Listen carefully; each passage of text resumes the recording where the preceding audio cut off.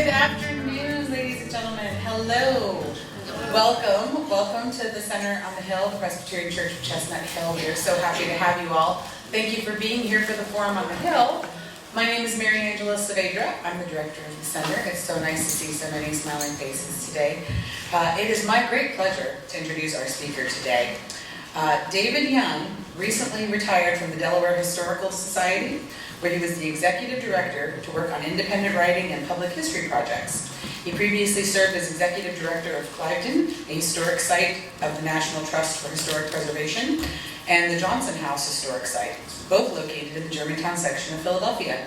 He received his PhD in history from Ohio State University. Please join me in welcoming David Young.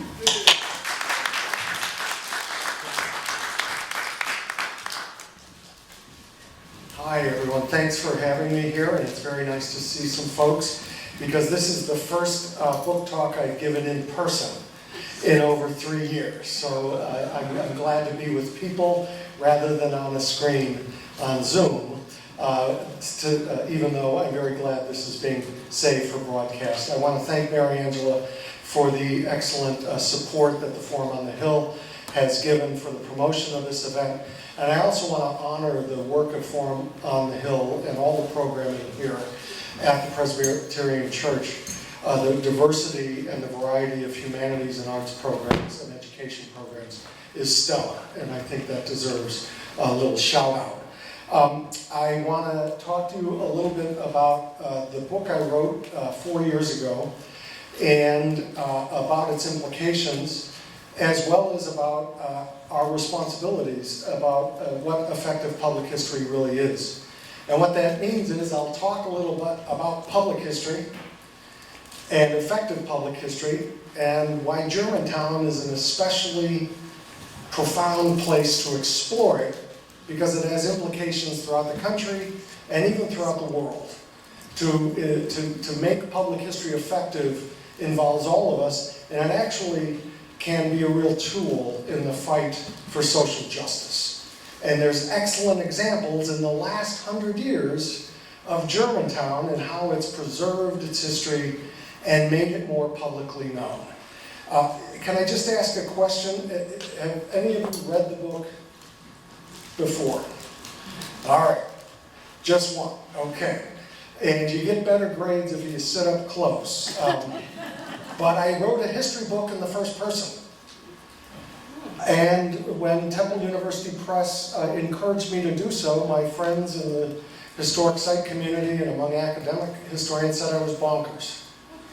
And what about objectivity and distance from the material? And then the reviews went out to other scholars and they all said more first person. Because that's the work. And public history is personal. The impetus to conserve something is about saving the stories of our people or my heritage. So that it is important to honor that. And by writing it in the first person, I'm owning up to the fact that it is personal, the work we do. So I want to thank you for the work you're doing in your communities. And let's talk a little bit about effective public history, why Germantown is great. I'll give you a couple of examples. I'll read from an important section of the book. And then we'll take some Q&A, and depending on where it leads, I can show you some other examples from other communities on how I've been applying effective public history throughout the course of the land since the book came out. The cover of the book is an especially good example of what the themes are. It shows people looking into a reflection that is itself a monument, a statue.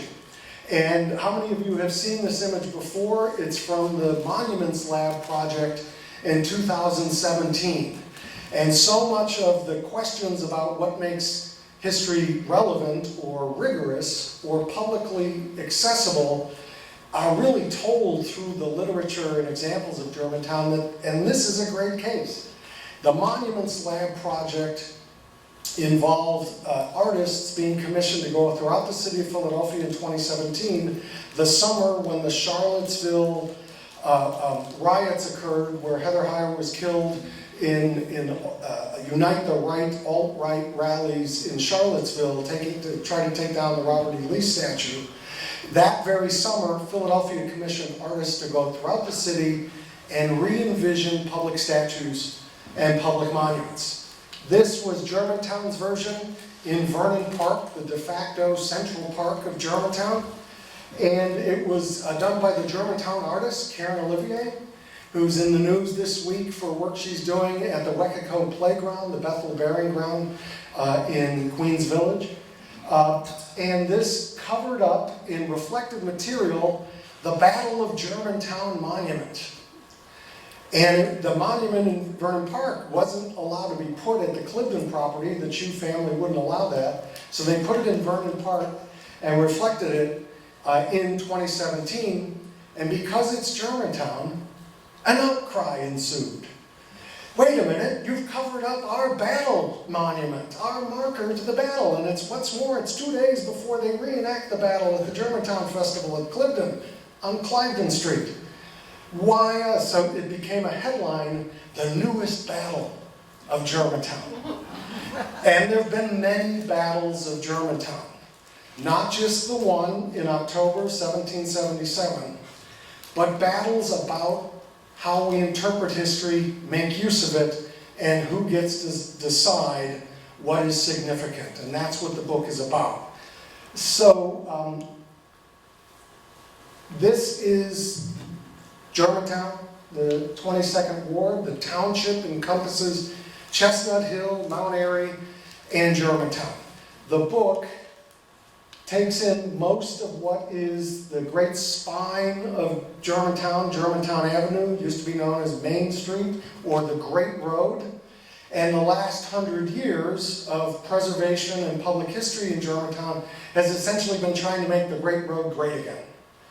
But for the purposes of the book, I really just covered the sites that represent the historic Germantown historic sites and museums that are open to the public and have started to be preserved and open to the public since 1899 at Stenton. When the book was published, there were 16 historic sites in historic Germantown, places like Rittenhouse Town, Clifton, the Germantown Historical Society, Stenton, Wick, the Johnson House. There are now 19.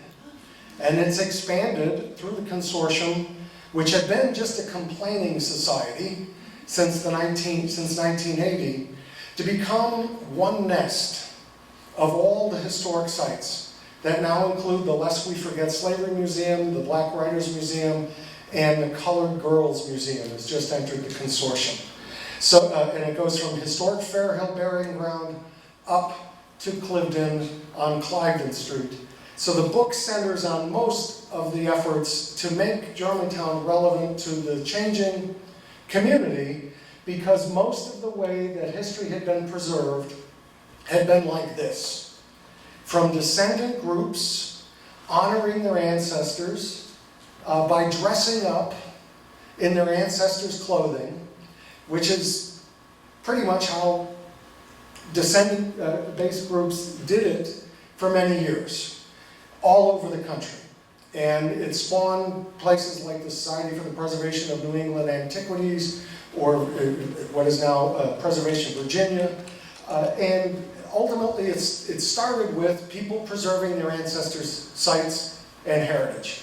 And in Germantown, the 150th anniversary of the Battle of Germantown saw the reenactment take place when descendants of the English dressing up in their ancestors' clothing, like here, people at Clifton, people in the Concord School, built in 1775. And this effort is what created, in 1901, the Germantown Site and Relic Society, which is now the Germantown Historical Society. Notice relic being the key, souvenirs, mementos of the good old days, because the neighborhood was changing. And the neighborhood went from descendants preserving their ancestors' heritage to curators preserving their ancestors' heritage, who were no less exclusive, with barriers to entry related to expertise and curatorial professionalism that created a kind of tyranny of best practices that still kept most of the neighborhood out of the story. a neighborhood that is now 73% African American, didn't see themselves in the museums, the markers, the monuments, what I call the memory infrastructure of Germantown. And when people don't have a connection to the markers and the museums and the monuments around them, a kind of cynicism develops. So the memory infrastructure of Germantown that had been bequeathed in the 1950s, 60s, and 70s as the neighborhood prepared for, let's say, the 300th anniversary of Germantown, was largely colonial historic sites with descendants preserving their own ancestors. And even though there were new ones, they involved a kind of hyper-local, subjective impulse that is at the root of all public history and historic preservation. So this pictorial souvenir is born of a kind of citizen historian honoring, idealizing the past. And it leads directly to this jarring image from the 300th anniversary of Germantown in 1983, when descendants of Germans were honoring the 300th anniversary of the creation of the first German colony or settlement in North America, Germantown. And it was a big deal for the Germantown Historical Society to get everyone together and use this to promote Germantown at the moment crack had entered the neighborhood. So this image of Prussian reenactors with weapons and Prussian uniforms marching down Germantown Avenue along the Belgian block. What do you notice here? What's wrong with this picture?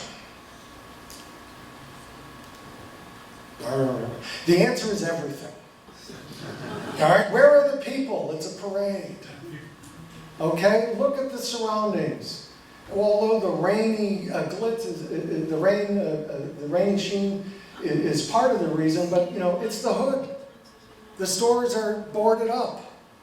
This is a history community out of touch with the neighborhood and its surroundings.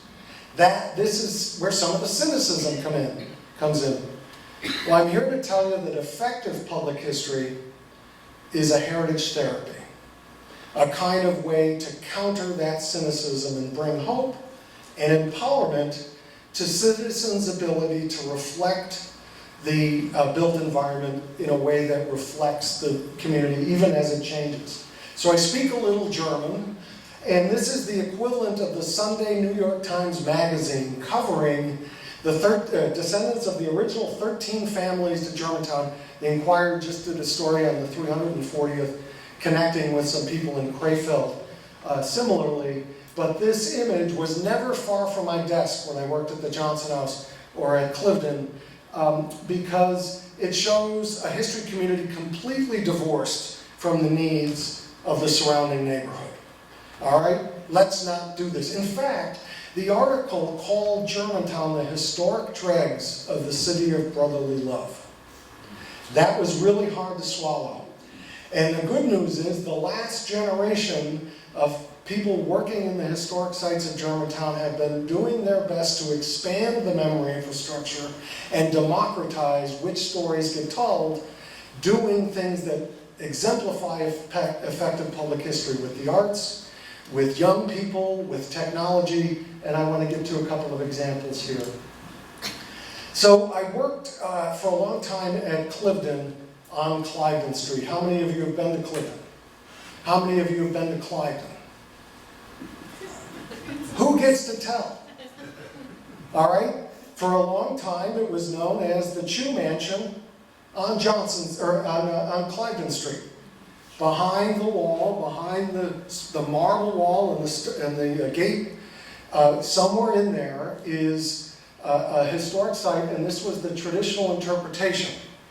Now, Cliveden on Cliveden Street, who gets to tell, is a great distillation of the contradictions in public history.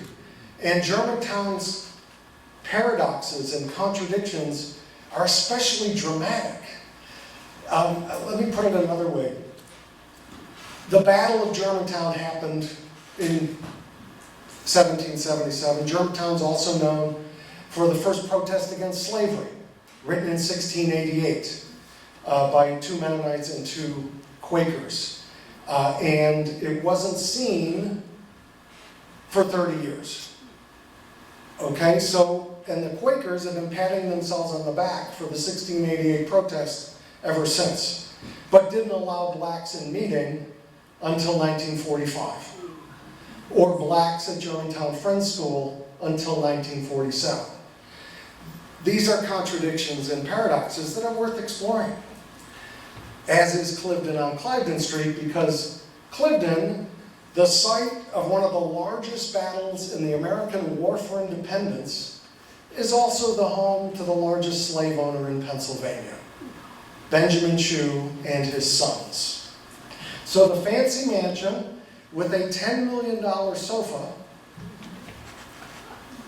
the single most valuable artifact in the entire collection of the National Trust for Historic Preservation, which owns Cliveden, is also hosts the battle or the Revolutionary Germantown Festival.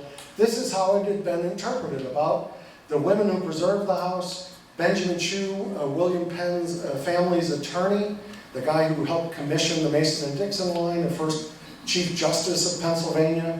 He built this fancy mansion based on the plantations he held in Maryland and Delaware.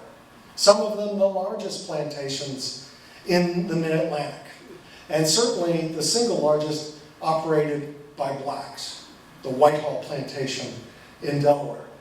So the fancy mansion and the fancy sofa are made possible by enslaved labor at a site preserved because of the War for Independence. That's a contradiction. So for a long time, Cliveden was all about the sofa.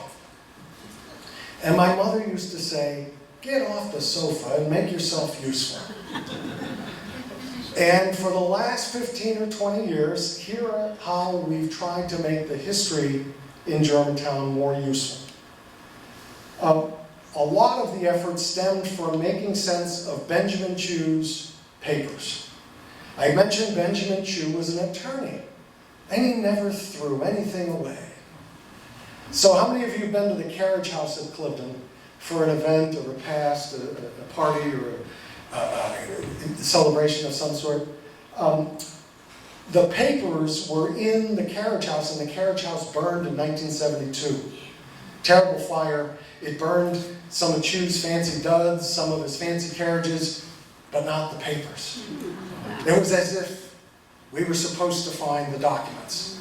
And the documents included all sorts of things, telegrams, recipes, letters from Queen Victoria's wedding that sent back cake, but also the records of managing plantations in Maryland and Delaware. Documents that included the records of one 4-page document written in Benjamin Chew's own hand is on the care and feeding of Negroes. What kind of cloth linen to use in the shirts, how much straw to put in the mattress, objectifying human beings. Some of the documents are the records of the birth of Richard Allen's mother. How many of you have heard of Richard Allen, Bishop of the Mother Bethel United Methodist Episcopal Church, born enslaved to Benjamin Chew? So the Cliveden is run by a nonprofit, Cliveden Incorporated, and manages the property that's owned by the National Trust for Historic Preservation. We realized as an organization we didn't have all the perspectives to open up these documents and say whose story matters and how should we tell that.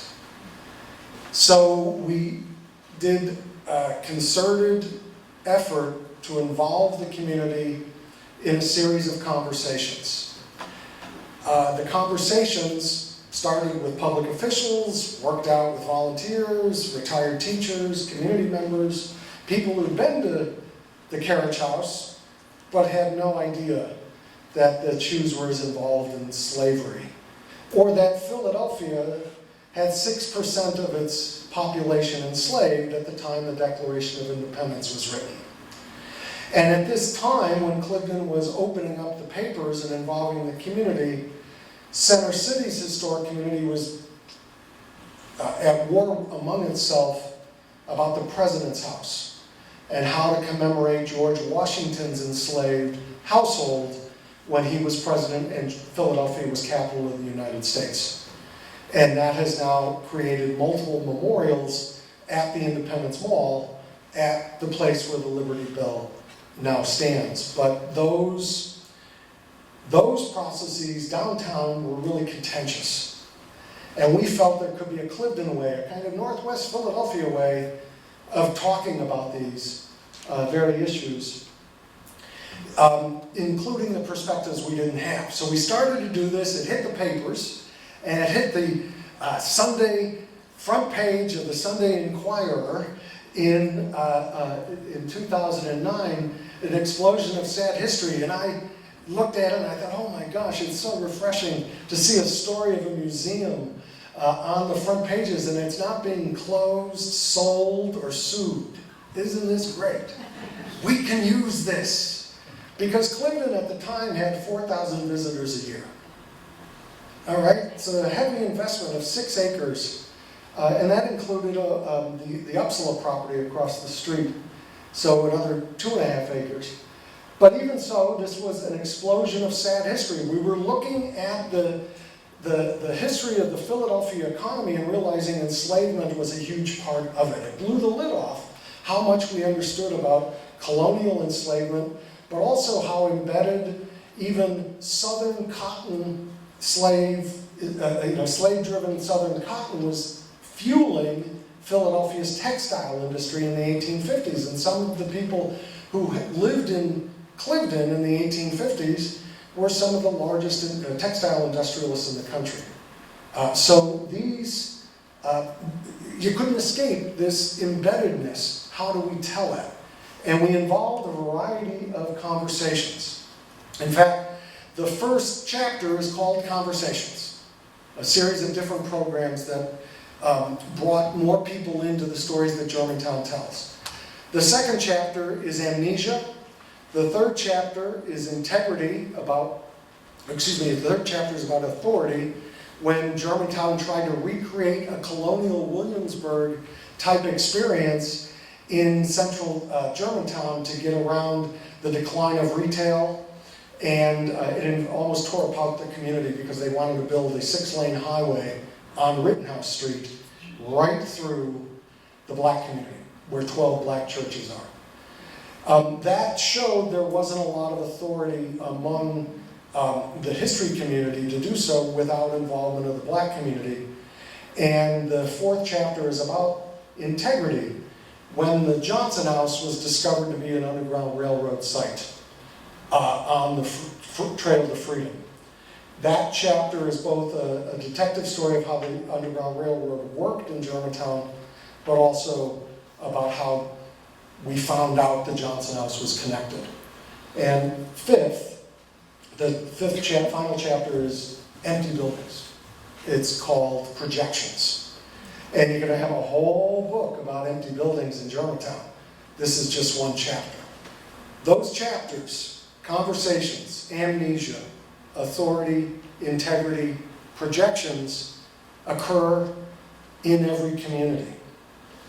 And as important as Germantown is, the battle didn't change the course of the American Revolution. The Germantown protests against slavery didn't alter abolition. So what we're most significant for is not really what happened, but how we make sense of the past and continually rewrite history. And Germantown has done so very publicly. The book is about the last 100 years in doing so. These conversations started a ball rolling that we now call diversity, equity, accessibility, and inclusion. But back then, we just saw it as doing the right thing. One of the board members of Clifton, when we had 3 board retreats in 1 year, and the one Chu descendant on the board, a dear man named John Chu, when we were making a vote about going forward with broadening this interpretation, to tell all the stories, both the struggle for freedom and the war for independence. Everyone looked at John Chu and said, "Are you okay with this?" And he was not a man who said very much at the meetings. And he said, "If this is the truth, Clifton needs to be a place that tells it."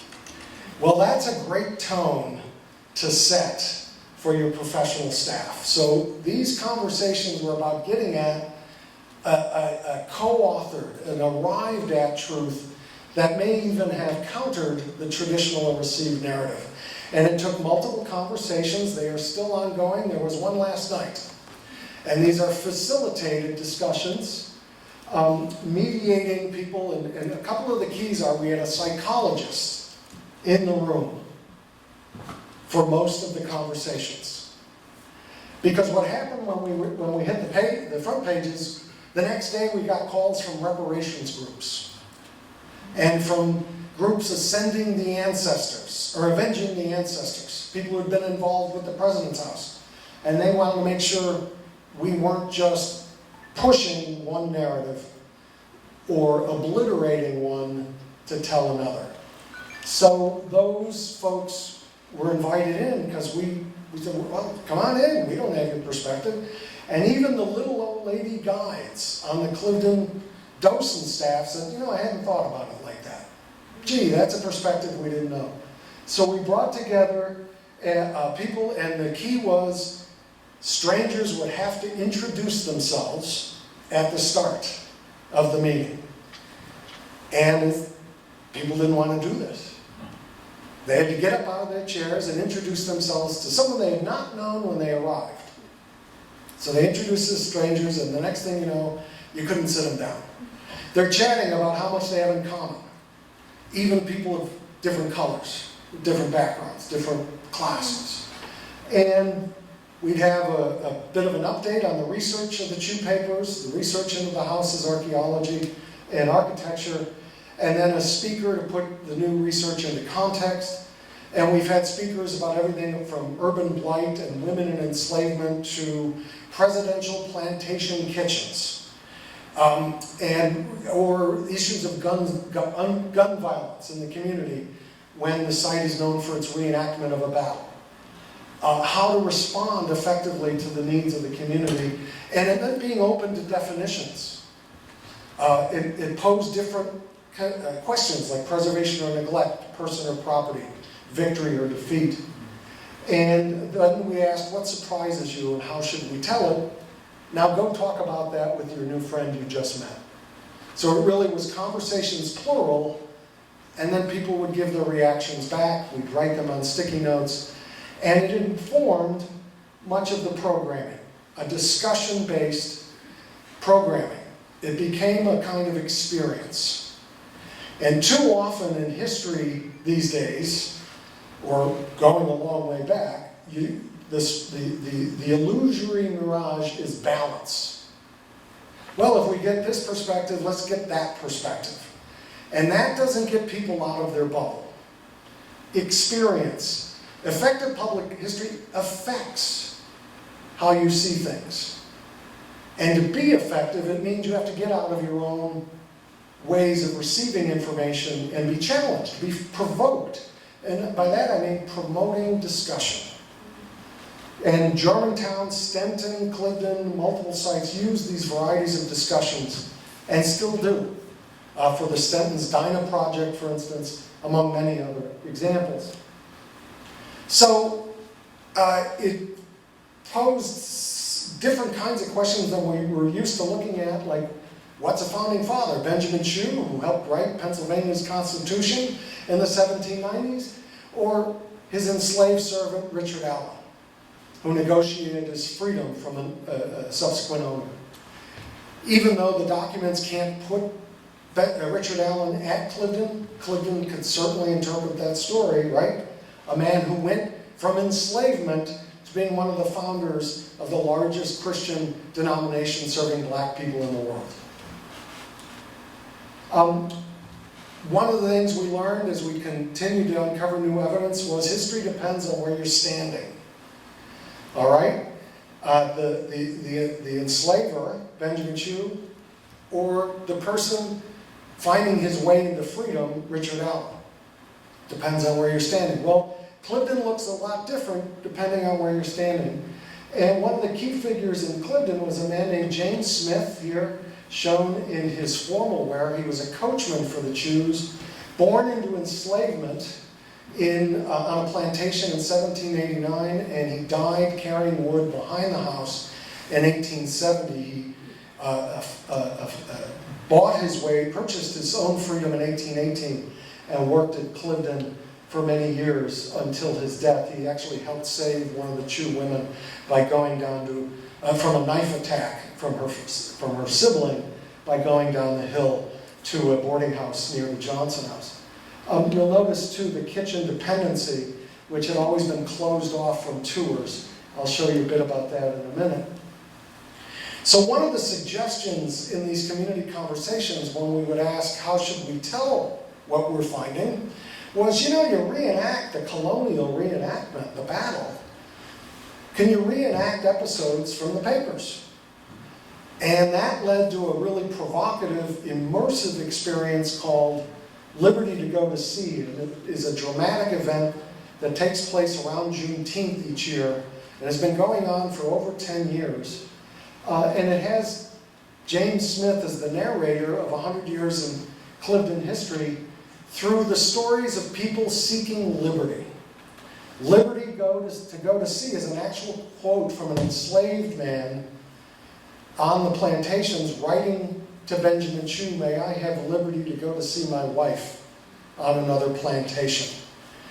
It was a partnership, and by being open to partnerships, Cliveden was able to work with the Philadelphia Young Playwrights, whose bright teenagers from around the city came and worked with historians like Randall Miller and Erica Dunbar and the Cliveden staff to develop a script, and it's about 85% rooted in the actual documents, that New Freedom Theater put on, professional actors from one of the first African-American theater troupes in the country, Freedom Theater. So I urge you all to take this in.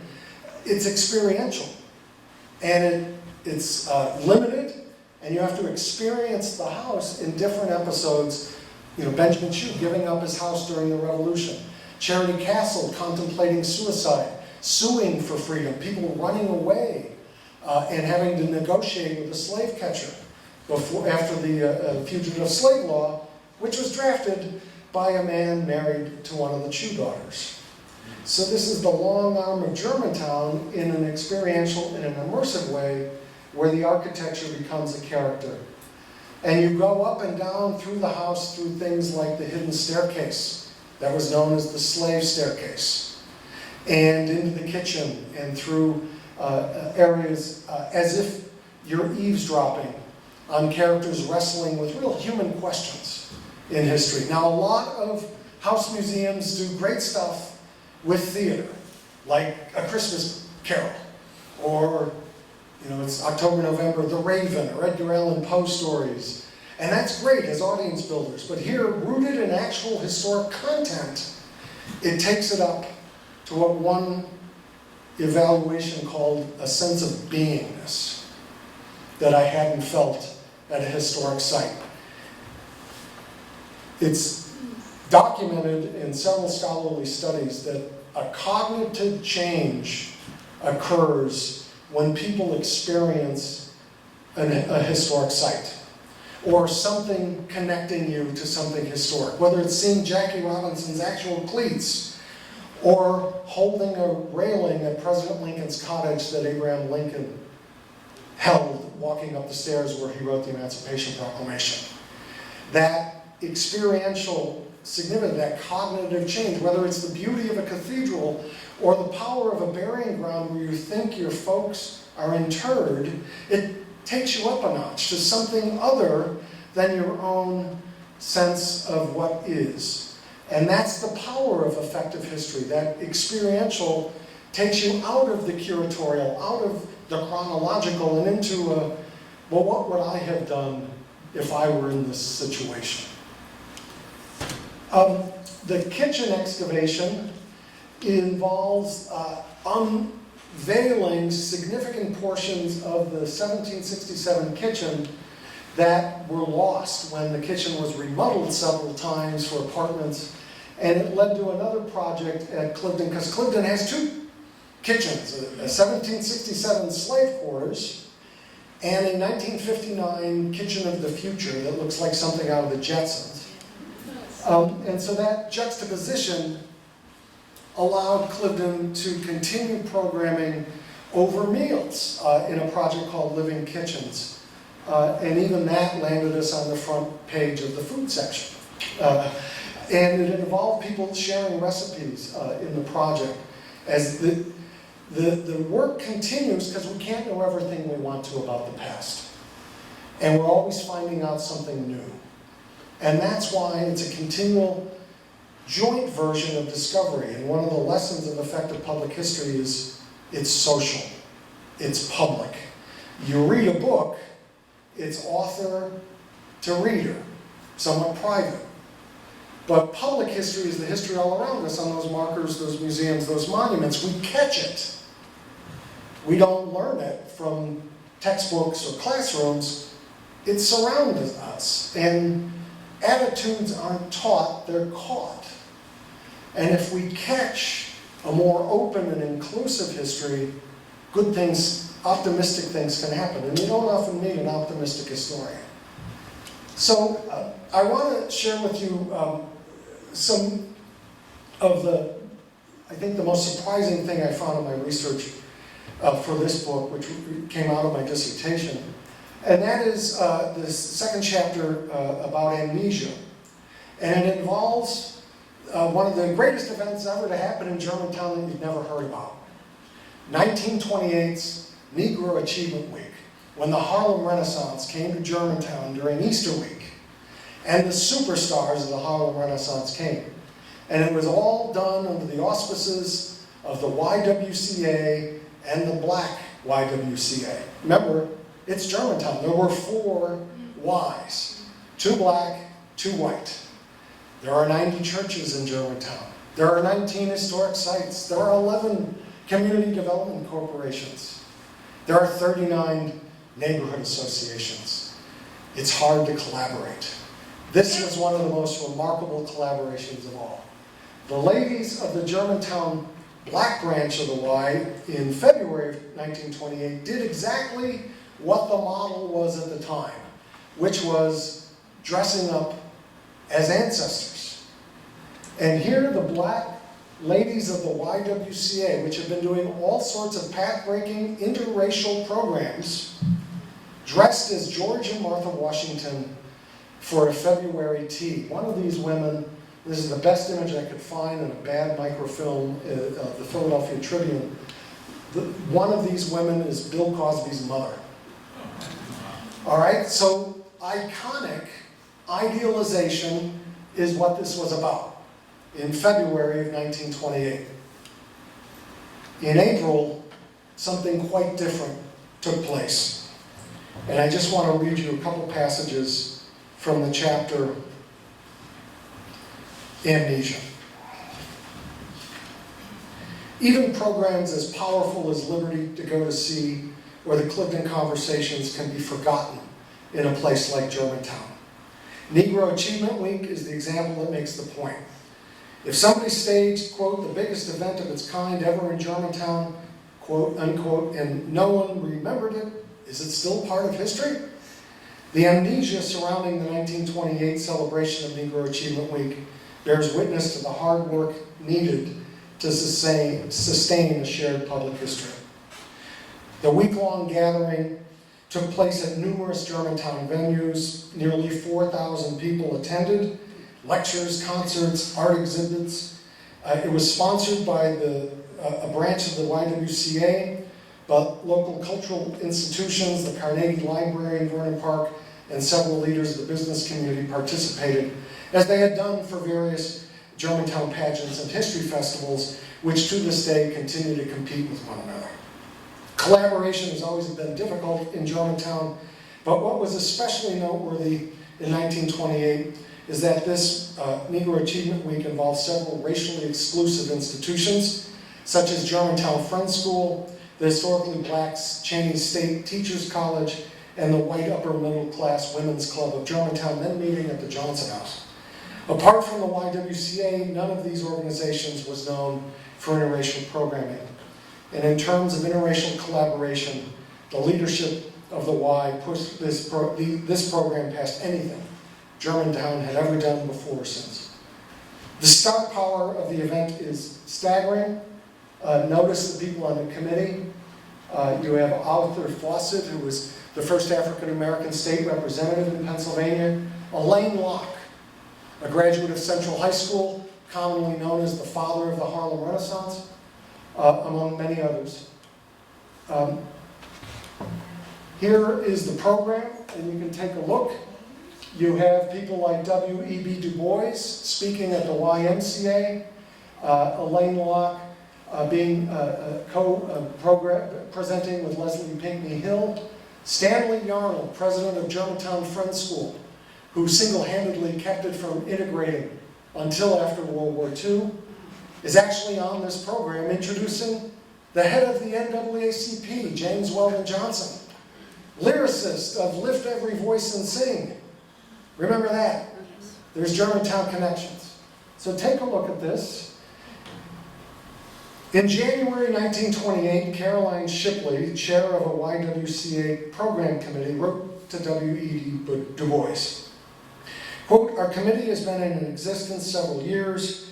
By reading and talking together, we have been moved through a spirit of love to understand each other and our various problems together. I long that many others of both races may have the same experience. It is with this underlying motive that we are enthusiastically working together to give Germantown, although not a large place, the best Negro Achievement Week that we can arrange." End quote. 2 days later, Du Bois, a founder of the NAACP, replied, "I have great interest in your work and sympathy with the objectives." Du Bois was paid $25 to come and give his speech, and it was a remarkable event, the likes of which are recorded not in any Germantown historic site, but in the Urban Archives of Temple University, who has all the files from the YWCA. And this was in a file called Integration. And it was a remarkably modern public history event. They used evaluations.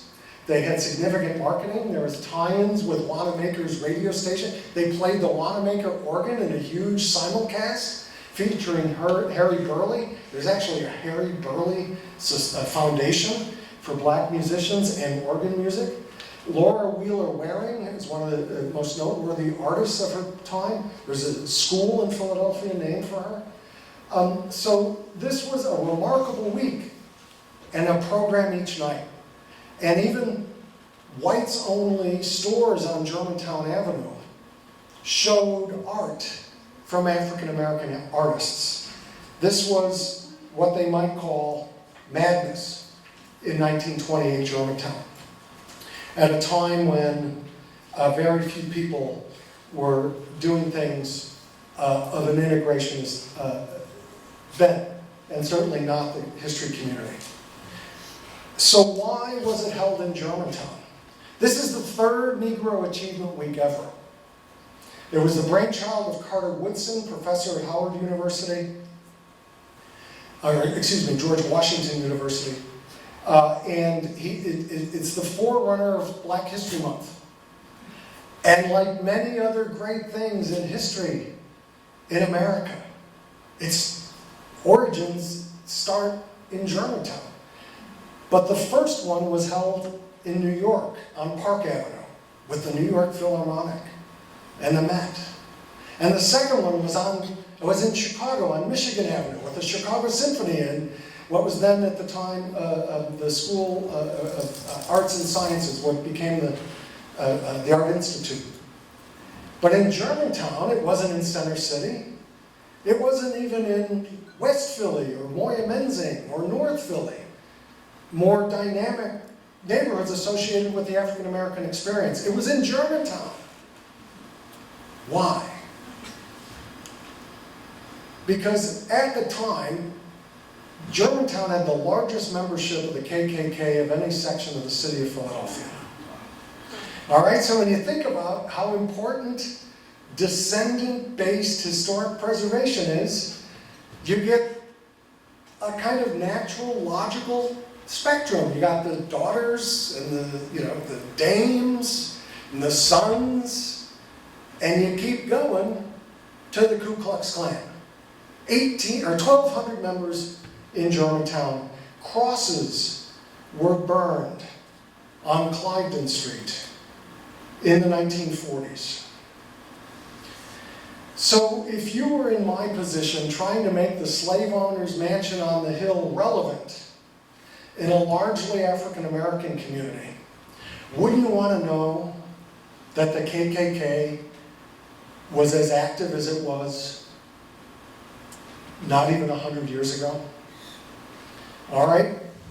So we tried to make this known, and we worked with a lot of the organizations in Germantown on another reenactment, another public history experience.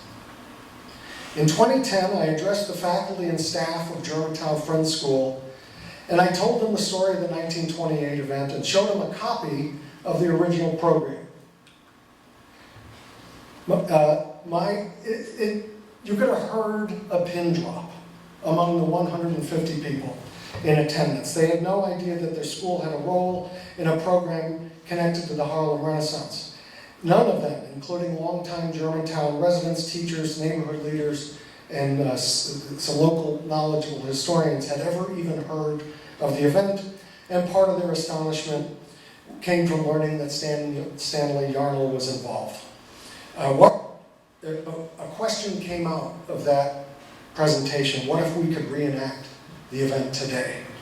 Later that same year, teachers from the late great Germantown High School met at Clifton's Carriage House, and I gave a presentation similar and challenged them in the same way. How should we tell this? Germantown is known for its colonial reenactments. Why not revive some of the 20th century history? And these public school teachers were excited enough to put together a team that would cross Germantown Avenue and collaborate with the Friends School. The following April, students from both schools, together with their teachers, produced Fest for the Quest. The students drew the title from a well-known poem by James Weldon Johnson, who had participated in the 1928 event. You are young, gifted, and black. We must begin to tell our young there is a world waiting for you. Yours is the quest that's just begun. The program ran 3 nights: a gospel night on Thursday, a dance on Friday, and a jazz concert on Saturday. The entire spring term curriculum for Germantown High School was devoted to the Harlem Renaissance. Its hallway was decorated with related art and biographical projects. One class recreated the floor of the entry hall of the Schaumburg Library. The auditorium of the Germantown Friends School was packed on the same night when 83 years earlier, people had filled the hall to hear James Weldon Johnson. This time, before listening to young people perform in a spirited jazz concert, the audience rose to sing his lyrics from Lift Every Voice and Sing. The challenges involved in putting this program on were many, and I want to assure you, effective public history is hard work. It's bruising and time-consuming, but it's especially meaningful. But one of the most revealing challenges was that soon after the Germantown High teachers decided to walk over to meet their counterparts at Sharpless Hall on the Friends campus a few blocks away for a scheduled meeting, my cell phone rang. And one of the public school teachers asked whether I knew where Sharpless Hall was. And I gave directions, and I said, do you know where the campus entrance is? And the caller said, no, none of us have ever been here before. Similarly, on the first night of the Fest for the Quest, visitors from GFS were seeing the public high school for the first time. They stood amazed at how beautiful the public school auditorium was, a place where many elders from the neighborhood recalled hearing jazz for the first time, the site of many community meetings and events. And even though the schools were only 6 blocks apart, before April 2011, no teacher from either school had ever had an incentive to visit the other one. The singularity of the 28th gathering and the disappearance from the neighborhood's historical memory illustrates the persistent unwillingness of Germantown institutions to share, connect, or collaborate on their own. The non-involvement of the antiquarian historical community in the event was conspicuous. Events involving collaboration, connecting personal and collective issues in ways that intersect with current social and political situations require leadership. And in 1928, that leadership had to come from the national YWCA from outside of Germantown. But it did come, even if it proved impossible to sustain or recreate. The 2011 commemoration required the same thing, collaborative leadership that took people out of their comfortable sphere of regular activity to try something new. In her thank you letter to Dr. Du Bois, Shipley wrote, "I am wondering how in our work and in our daily lives we can create, cherish, and use the power of love to arouse one another to the best advantage." The 1928 and 2011 Harlem Renaissance programs in Germantown used civic engagement, partnerships, and multiple artistic and intellectual platforms to create something unique, a briefly shared but deeply affecting public history experience. Have any of you ever heard of that event? Pretty cool. We should own it. Guess what's coming up in 2028? Yeah, let's get started. The next chapter is about the history that wasn't really told in the 50s and 60s. So Germantown Historical Society wanted to recreate Williamsburg in Germantown and essentially tried to destroy the community in order to create heritage tourism. We'd be undoing the 5-story parking lots and the highway if that had gone through. Chapter 4 is about the recovery and understanding of the Johnson House and the role it played in the Underground Railroad. And as the first full-time director of the Johnson House Historic Site, the power of experience in this history of this site is unparalleled, and it wasn't declared a National Historic Landmark until 1995. People didn't know it was an Underground Railroad station when they met to read African American literature in 1928 there, or when Grace Kelly had her 18th birthday party there.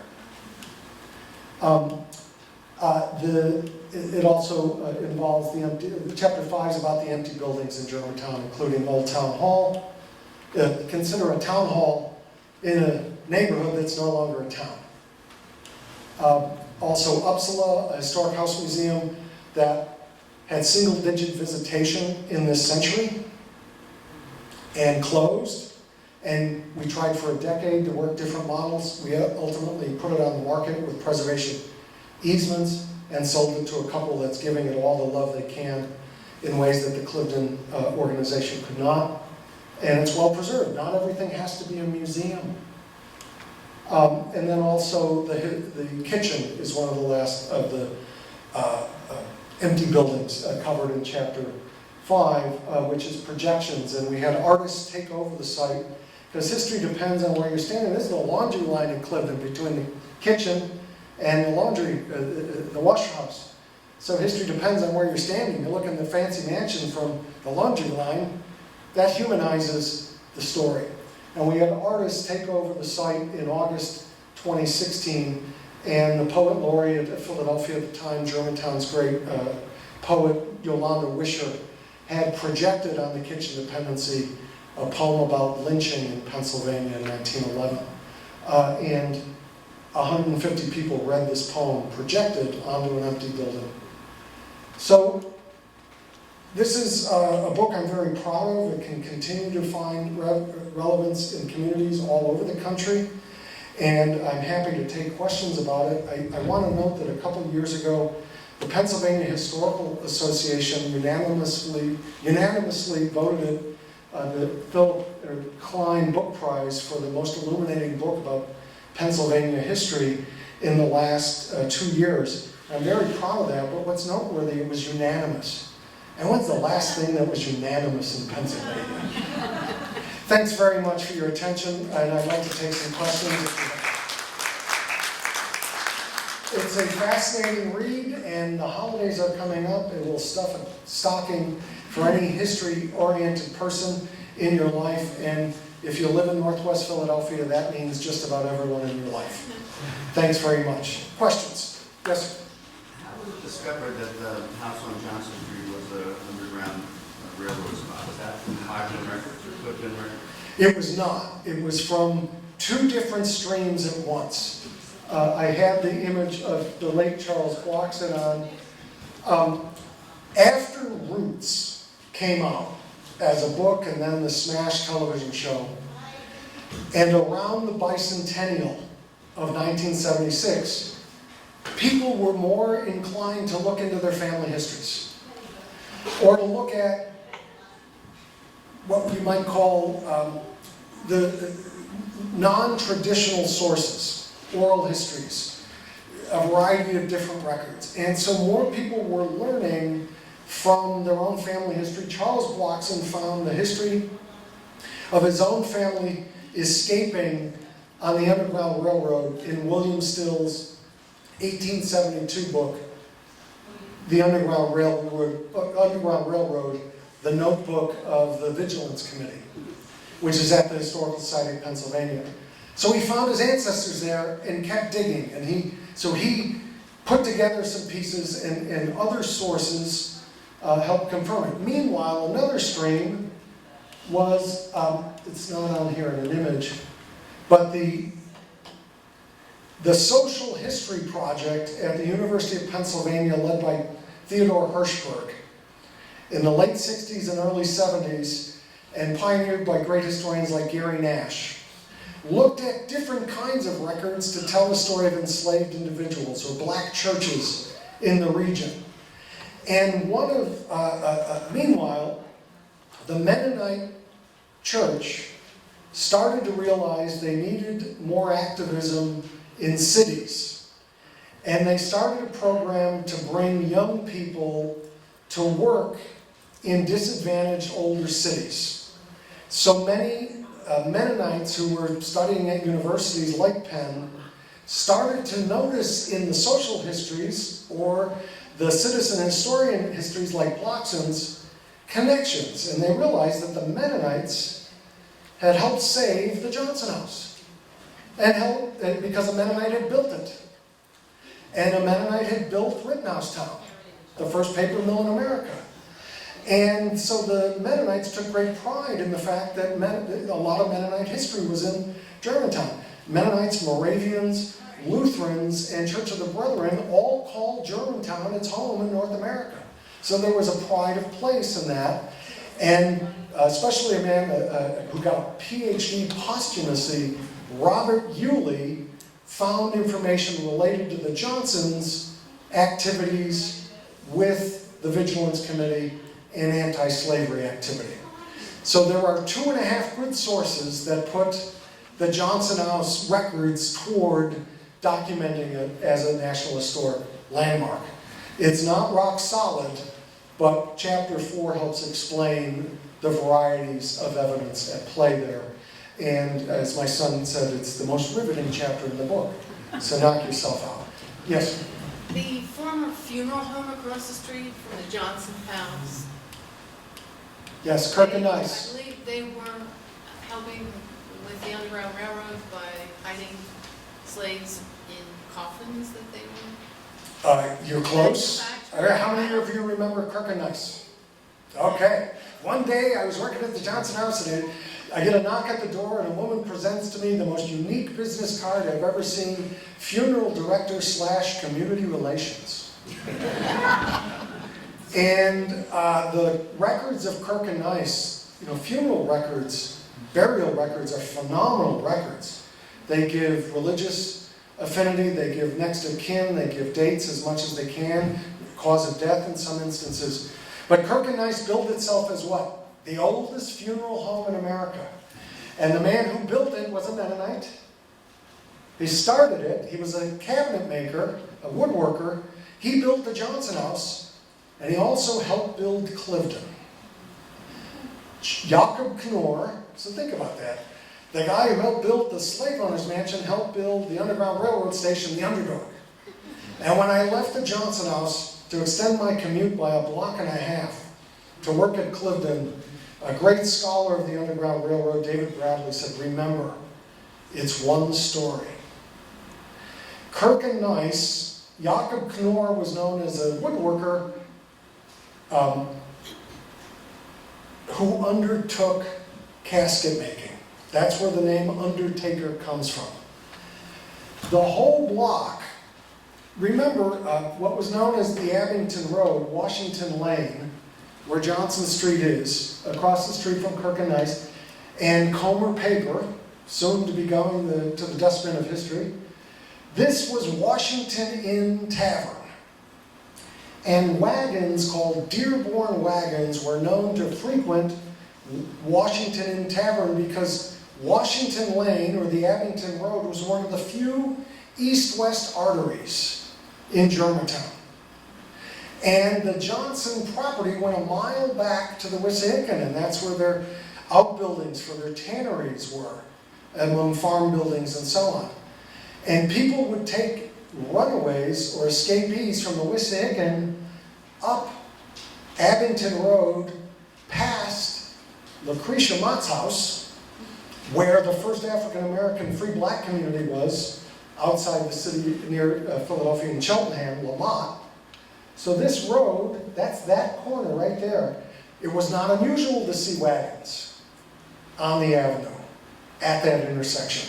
And this whole block had people like Knorrs and Dorsey's and the Rodneys, who helped, we think, hold abolition meetings or spirit people on the Underground Railroad. We still don't know by name who came through the Johnson House. And my work in Delaware, I'm convinced we may be able to understand it from the Delaware side of things rather than from the Germantown. It was clandestine activity, it was illegal by great punishment. And even the Johnson House hatch to the attic was covered for many, many years until the last decade. So this is still new. And that's one of the great excitements of public history. We don't know everything we can know about the past. That frustrates us, but together we can learn more.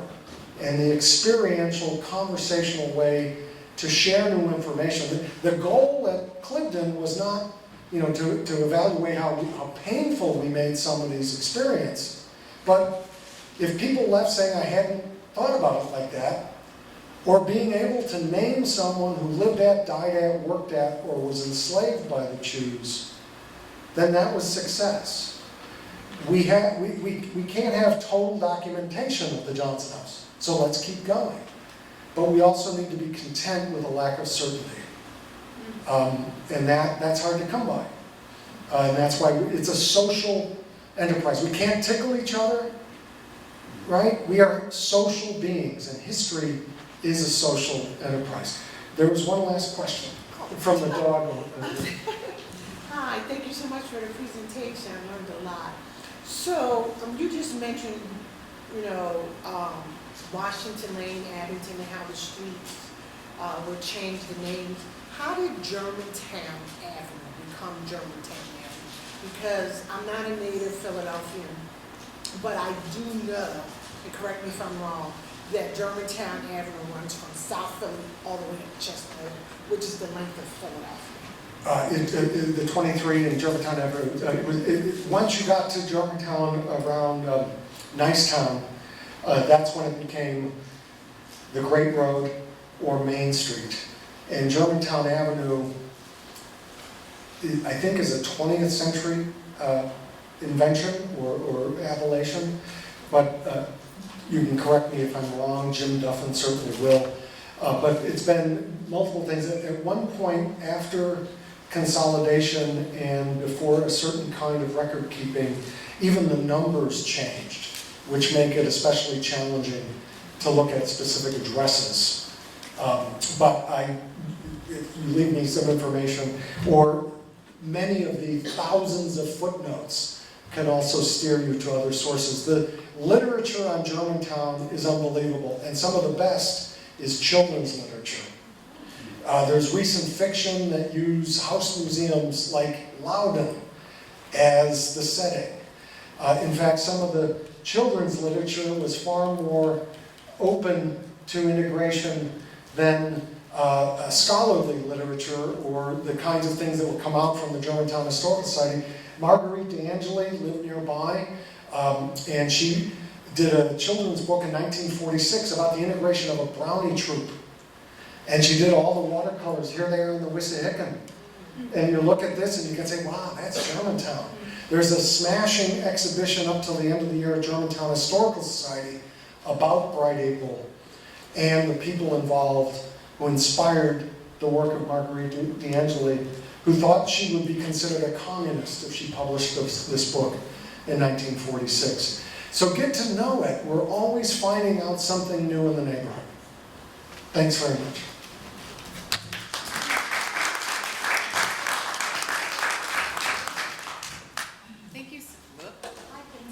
Thank you so much for being with us, David. We really appreciate you taking your time. Thank you all so much for coming. There are copies of his book back there. You're welcome to pick one up if you're interested in it. They're just $20. Please do. I'll be around. Thank you again. We don't have a speaker next month. The speaker series, the Forum on the Hill will return in January, but we do have a community holiday party on the second Thursday of December. We hope to see you there. Have a great afternoon, everybody. Thanks. Thank you.